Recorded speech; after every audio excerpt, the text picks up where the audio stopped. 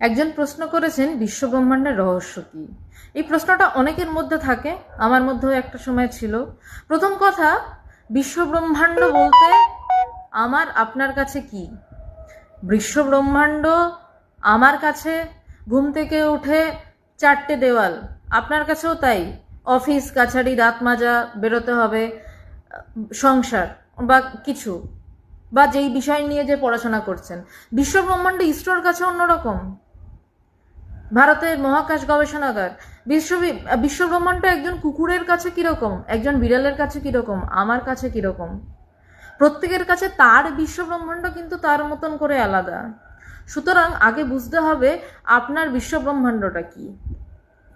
আপনার বিশ্বব্রহ্মাণ্ডটা কখন বোঝা যায়? ক্রিকেটের মাঠে খেলার যারা খেলছে তারা কিন্তু আউট হয়েছে নাকি 4 হয়েছে না 6 হয়েছে সেই ডিসিশন দেয় না, তারা খেলে। ডিসিশন দেন আম্পায়ার, যে বাইরে থেকে খেলাটাকে দেখছেন কিন্তু মাঠে দাঁড়িয়ে আছেন। সুতরাং বিশ্বব্রহ্মাণ্ডের রহস্য জানতে গেলে আমার আপনার বিশ্বব্রহ্মাণ্ড, কুকুরের বিশ্বব্রহ্মাণ্ড, নাসার বিশ্বব্রহ্মাণ্ড, সবার বিশ্বব্রহ্মাণ্ড আলাদা। কারণ আমরা কেউ বাইরে থেকে দেখছি না, সবাই ভিতর থেকে গোলাগুলি করছি। আমাদের বিশ্বব্রহ্মাণ্ডের পাড়ে যেতে হবে গুরু কৃপায়, হাত জোর করে মহামায়ার কাছে প্রার্থনা করে গুরু কৃপায় বিশ্বব্রহ্মাণ্ডের পাড়ে গিয়ে বিশ্বব্রহ্মাণ্ডের রহস্য জানতে।